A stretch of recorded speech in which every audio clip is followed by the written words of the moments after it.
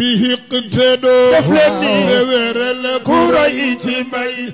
ci ndigalu Serigne Babacar Sy xalif général des Tidianes Serigne Maodo Sy Dabakh ak mboolem jabootu Cheikh Seydil Hadji Malick Sy radiyallahu taala anhu Thierno Bachir Tall ak mboolem jabootu Cheikh Oumar Foutiyou Tall radiyallahu taala anhu si présidence d'honneur bu Serigne Mouhamadou Mansour Sy Djamil ak si teewaayu Serigne Abdoul Aziz Sy ibnu Serigne Sidi Ahmed Sy Babacar daayiratul muhsinina wal muhsinati ànd ak fédération al muhtadina bi ëmb mboolem daayira yi aju ci Serigne Sidi Ahmed Sy Babacar ñu leen di yëgal di woo mbokki jullit yi ak mbokku taalibe yi ci gàmmu Ndakaaru 2024 gi ñu jagleel Cheikh al Khalifa Serigne Babacar Sy radiyallahu taala anhu di ci rendre hommage national sunu Serigne sunu wasila Serigne Sidi Ahmed Sy ibnu Serigne Babacar Sy radiyallahu taala anhu jàpp nañu ko vendredi 2 février 2024 ci Gueule Tapée janoo ak jumaa ji ki ko fas yéene firi di Serigne Idrissa Diop feggoo ak El Hadji Abdoul Aziz Mbaye ci teewaayu Serigne Mansour Sy Djamil Serigne Abdoul Aziz Sy Ahmad ak mboolem jabootu Cheikh Seydil Hadji Malick Sy radiyallahu taala anhu imaam yi muhaddam yi kilifa diine yi ak kilifa aada yu Ndakaaru ñu ngi leen fay xaar.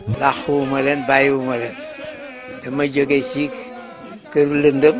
jëm ci këru leer muy barsax. mbokk yi dig daje gàmmu Ndakaaru 2024 bu Serigne Sidi Ahmed Sy ibnu Serigne Babacar Sy ajjuma ñaari fan ci weeru février 2024 bu 22h jotee ca Gueule Tapée janoo ak jumaa ji na fa ñëpp daje incha allah. yaakaari kenn ku la gëm si ku la roy na ashaabay rasul ci